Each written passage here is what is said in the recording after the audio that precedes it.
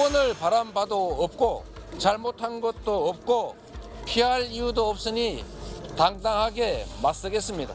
검찰공화국의 이 횡포를 이겨내고 얼어붙은 정치의 거울을 뚫어내겠습니다. 이 나라가 검사에 의한, 검사를 위한 검사의 나라가 돼가고 있습니다. 주어진 소명을 피하지 않고 무도한 윤석열 검사 독재 정권의 폭압에 맞서서 당당하게 싸워 이기겠습니다. 민생에는 무심한 정권이 정치검찰을 총동원해서 칼춤을 추는 동안에 곳곳에서 국민들의 목소리가 늘어나고 있습니다. 유검무죄, 무검유죄입니다.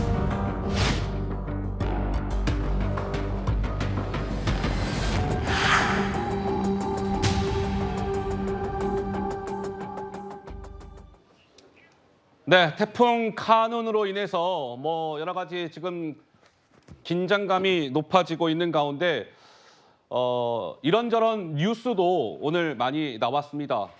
당장 이재명 민주당 대표에 대한 검찰 소환 날짜가 정해졌고요. 조국 전 법무부 장관의 딸 조민 씨가 결국 기소가 됐습니다. 재판에 넘겨진 것이죠. 이것도 오늘 오전에 뉴스가 나왔습니다. 지금부터 하나하나 살펴드리도록 하겠습니다. 먼저 그래픽 보시죠. 자, 먼저 이재명 민주당 대표에 대해서 검찰이 피의자 신분으로 조사를 받아라 이렇게 통보를 했습니다. 무슨 이유 때문에? 백현동 특혜 의혹 때문에. 자, 오늘 이재명 대표의 검찰 소환과 관련해서 이재명 대표가 본인이 아니라 민주당의 대변인의 입을 통해서 이 대표의 검찰 소환 소식이 전해졌습니다. 이어서 한번 들어보시죠. 민심이 윤석열 정부의 등을 돌릴 때마다, 무능한 정권이 위기에 빠질 때마다 검찰이 이재명 죽이기에 나섰습니다. 대장동 수사로 무려 1년이 넘게 저의 모든 것을 탈탈 털었지만 아무것도 나온 것은 없었습니다. 그러자 다른 사건으로 또다시 저를 조사하겠다고 합니다. 이재명을 옥죄어 정권의 위기를 모면하겠다는 뻔한 의도입니다. 그럼에도 불구하고 저는 당당히 소환 조사에 응할 것입니다. 17일에 출석해서 조사받기로 했습니다. 소환 통보도 당으로 연락 온 건 아니고요. 대표님께 개인적으로 연락이 와서 조율한 것으로 알고 있습니다. 자, 서정욱 변호사님, 17일 날 백현동 특혜 의혹과 관련해서 검찰의 소환 조사를 이 대표가 받게 됐습니다. 이제 일주일 앞으로 다가온 것인데 네 번째 소환 조사네요? 그렇습니다. 지금 이제 그 입장문 중에요. 제가 두 가지만 지적하면, 예? 첫째는 이제 그 정권이 이재명 죽이기에 나섰다. 어허. 이거는 터무니없는 거짓말입니다. 이재명 대표 수사는 전 정권, 문재인 대통령 때 거기 경쟁 캠프, 이낙연 캠프든 예. 거기에서부터 시작됐다. 이걸 이렇게 분명히 밝혀드리고요. 그다음에 두 번째, 대장동이 탈탈 털었는데 놓은 게 없다. 이것도 이게 새빨간지는 거짓말로 봐요. 예. 지금 이게 대장동 관련해서 배임만 4,895억입니다. 배임만 4,895억. 그리고 이제 그 공무상 비밀 자료를 유출해 가지고 대장동 일당이 7,886억 이익을 얻겠다. 예. 이게 이해충돌 방지법이에요. 두 가지로 이게 기소돼 있다. 이걸 말씀드립니다. 예. 그런데 박성민 최고께 질문을 드리고 싶은 것은 이 이재명 대표가 다음 주 목요일, 그러니까 17일 날 백현동 특혜 의혹으로 검찰 소환을 받을 겁니다라는 발표가 이재명 대표 본인이 아닌 민주당의 대변인, 강선우 대변인이 발표를 했는데, 이 백현동 특혜 의혹이라는 것은 이재명 대표가 성남시장 재직 시절에 있었던 비리 의혹에 대한 검찰 소환 조사 아니겠습니까? 그런데 그 소환 조사를 알리는 것을 민주당의 대변인이 발표한다? 글쎄요, 이 부분에 대해서는 좀 적합하다고 생각하십니까? 어떻습니까?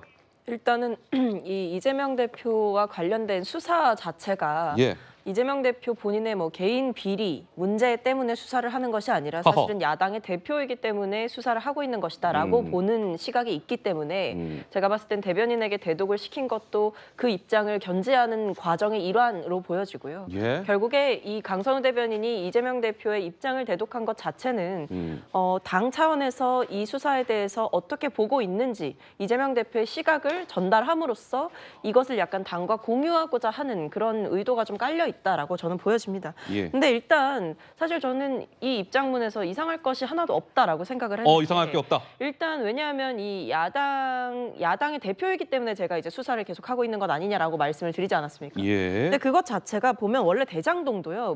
문제가 있었던 거는 그 425억 약정설이었습니다. 그러니까 결국에 그 대장동 사업을 마치 이 대선의 저수지처럼 대선 자금의 저수지처럼 쓰고 있는 불법 자금의 원천이다라고 봤었는데 결과적으로 보면 이거에 대해서 검찰이 어떠한 증거나 정황이나 찾지 못한 부분이 있고 백현동 역시도 저는 마찬가지라고 생각하는데 계속 수사하고 압수수색 몇십 차례 했지만 예. 결과적으로 보면 뭐 그 민간 사업자 정모 씨가 한 그 진술 때문에 지금 이렇게 이재명 대표를 소환하겠다는 거잖아요. 예. 근데 그 사람이 이재명 대표와 뭔가 김인섭 씨가 공모를 했다는 구체적인 정황이나 이런 것들을 파악하거나 언급했다라고 보여지는 상황이 아니기 때문에 그냥 두 명에게 갈 것으로 들었다 정도로만 얘기한 점을 비춰볼 때 구체적인 증거가 부족하다고 생각합니다. 고자영 차장님. 네. 그런데 지금 정치적으로 보면 굉장히 이재명 대표의 경우에는 절체절명의 위기 상황이다 이렇게 볼 수 있습니다. 한동안 그 소강 상태였던 사법 리스크라는 예. 태풍이 다시 지금 이재명 대표를 향하고 있기 때문인데요. 지금까지 이재명 대표가 3차례 소환 조사를 받았고 2차례 체포 동의안이 국회에 왔습니다. 하지만 국회에서 부결됨으로 인해서 이재명 대표가 어떤 범죄 혐의가 있는지에 대해서 아직 구체적으로 공개가 안 됐거든요. 그런데 이번 백현동 사건의 경우에는 다음 주 목요일인 17일에 검찰의 소환 조사에 응한다면 예. 그 이후에 바로 또 체포 동의안이 날라올 가능성이 큽니다. 예. 그런데 이재명 대표는 이번에는 체포 동의안을 부인하겠다, 그러니까 받지 않겠다, 그 법원에 출석하겠다 이렇게 약속하지 않았습니까? 예. 그러니까 이번에야말로 백현동 사건으로 이재명 대표가 어떤 범죄 혐의가 있는지 판사 앞에서 소명을 할 기회를 가질 것이고 어허. 그 결과에 따라서 구속 여부가 결정될 것이기 때문에 예. 지금까지는 이 세 개의 어떤 방탄으로 인해서 이 구속 여부가 미뤄졌다라면 이번 백현동의 소환 조사 이후에는 구속영장이 올 것이고 체포동의안이 만약에 국회에서 찬성이 된다라면 예. 이재명 대표에 대한 범죄 혐의가 구체적으로 드러날 가능성이 크기 때문에 상당히 정치적으로는 이재명 대표는 리스키한 상황에 처해 있다. 뭐 이렇게 볼 수 있을 것 같습니다. 자, 이재명 대표의 백현동 특혜 의혹과 관련된 검찰 소환은 다음 주 목요일 날 이루어지게 됐습니다.